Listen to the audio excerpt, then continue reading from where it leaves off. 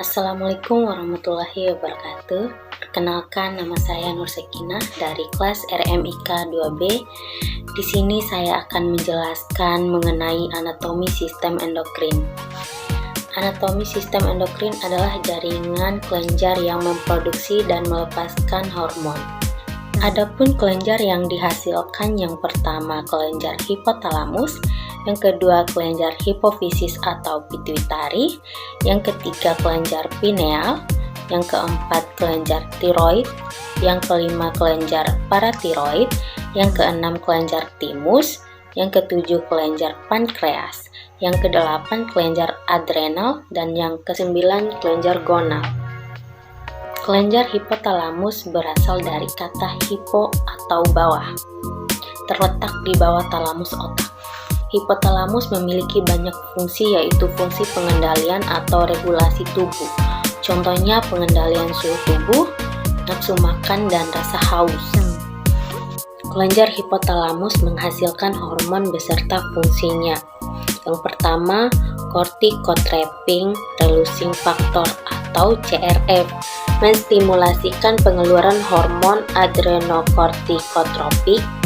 Yang kedua, thicotropin releasing factor atau TRF, menstimulasikan pengeluaran hormon thyrotropik. Yang ketiga, follicle stimulating hormone releasing factor atau FSH-RF, menstimulasikan pengeluaran FSH atau follicle stimulating hormone. Yang keempat, prolactin inhibiting factor atau PIF, menghambat pengeluaran prolaktin. Yang kelima, luteinizing hormone releasing factor atau LHRF, menstimulasikan pengeluaran LH atau luteinizing hormone. Yang keenam, growth hormone releasing factor atau GHRF, menstimulasikan pengeluaran hormon tubuh.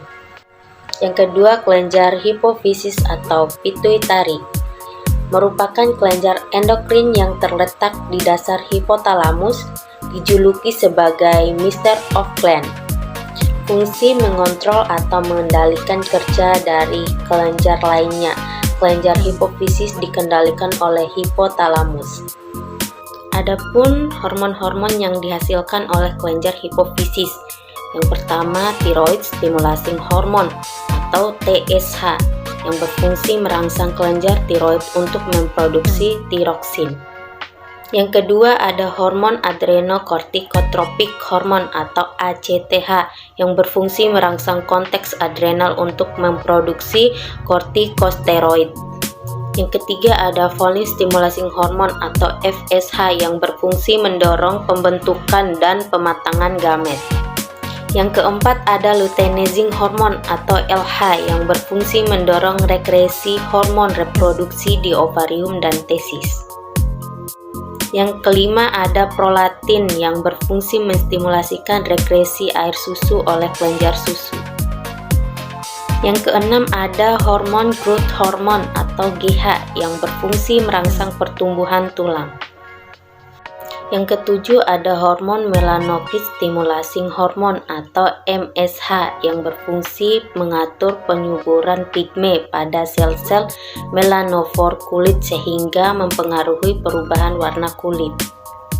Yang kedelapan, ada hormon oksitosin, yang berfungsi membantu merangsang kontraksi otot pada uterus. Kesembilan, ada hormon antidiuretik hormone atau ADH, yang berfungsi menjaga kadar air dalam tubuh. Ada kelenjar pineal. Kelenjar pineal terletak di epitalamus atau bagian pusat otak.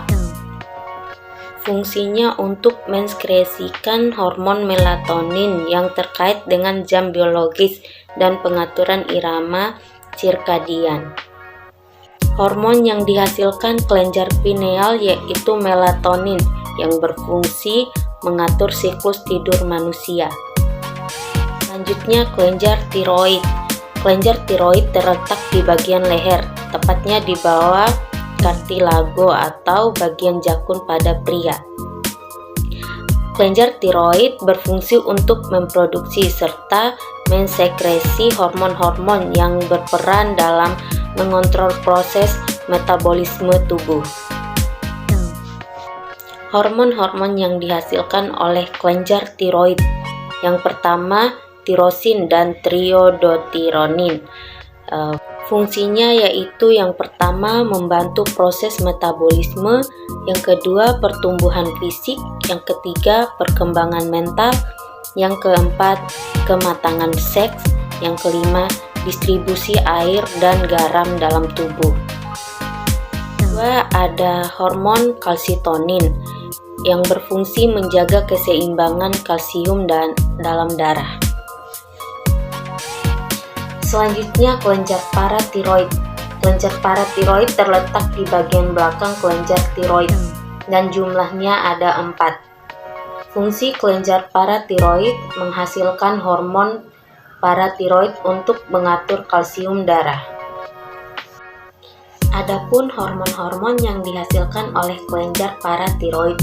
Yang pertama parathormon, yang kedua adrenalin, yang ketiga noradrenalin. Selanjutnya kelenjar timus. Kelenjar timus terletak di dekat trakea, tepatnya di atas jantung dan dilindungi oleh tulang sternum. Selain berperan sebagai kelenjar endokrin, berperan juga dalam sistem kekebalan tubuh. Adapun hormon-hormon yang dihasilkan oleh kelenjar timus. Yang pertama timopoetin dan timulin. Kedua hormon ini berperan dalam proses perubahan sel T menjadi sel-sel spesifik. Yang kedua hormon timosin yang berfungsi menguatkan respon imun dengan menstimulasi pembentukan sel T. Selanjutnya kelenjar pankreas. Kelenjar pankreas merupakan kelenjar yang bisa berfungsi sebagai kelenjar endokrin atau jadi kelenjar eksokrin. Sebagai kelenjar eksokrin memproduksi enzim pencernaan oleh inicar, memproduksi senyawa bikarbonat oleh katroa kinar. Sebagai kelenjar endokrin, pankreas mensekresikan hormon yang berfungsi mengatur kadar gula darah. Adapun hormon-hormon yang dihasilkan oleh kelenjar pankreas.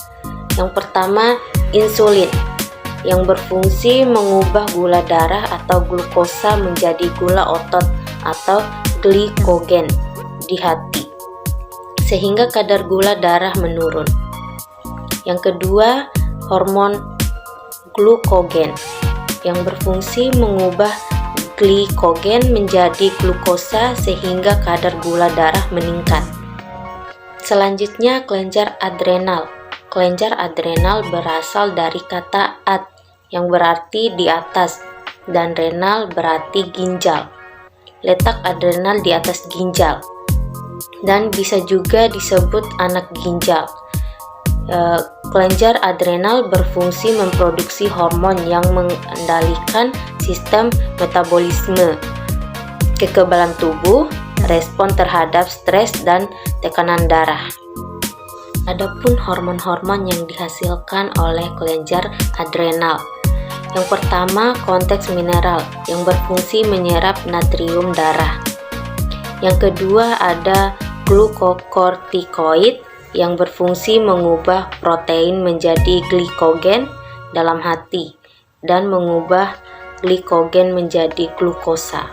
Yang ketiga, ada androgen yang berfungsi membentuk sifat kelamin sekunder pria. Yang keempat, ada adrenalin yang berfungsi mengubah glukogen dalam otot menjadi glukosa dalam darah. Dan yang kelima, ada non-adrenalin yang berfungsi bekerja sama dengan hormon kortisol dan adrenalin dalam mengatur reaksi tubuh terhadap kondisi stres. Yang terakhir, kelenjar gonal, yaitu ovarium pada perempuan dan testis pada pria. Gonal atau kelenjar seks atau kelenjar reproduksi adalah kelenjar endokrin yang menghasilkan gamet atau sel germinal dari suatu organisme. Disebut sistem endokrin karena keduanya terdapat menghasilkan hormon, yaitu hormon reproduksi. Adapun hormon-hormon yang dihasilkan oleh kelenjar gonad. Yang pertama, kelenjar ovarium atau kelenjar gonad pada wanita. Hormon yang dihasilkan estrogen yang berfungsi membentuk ciri tumbuhan kelamin sekunder perempuan. Yang kedua, hormon progesteron yang berfungsi penebalan dan perbaikan. Yang kedua, kelenjar yang dihasilkan adalah testis atau kelenjar gonad pada pria. Hormon yang dihasilkan adalah testosteron yang berfungsi menentukan ciri pertumbuhan kelamin sekunder laki-laki dan memicu pembentukan sperma. Sekian penyampaian materi anatomi sistem endokrin. Terima kasih.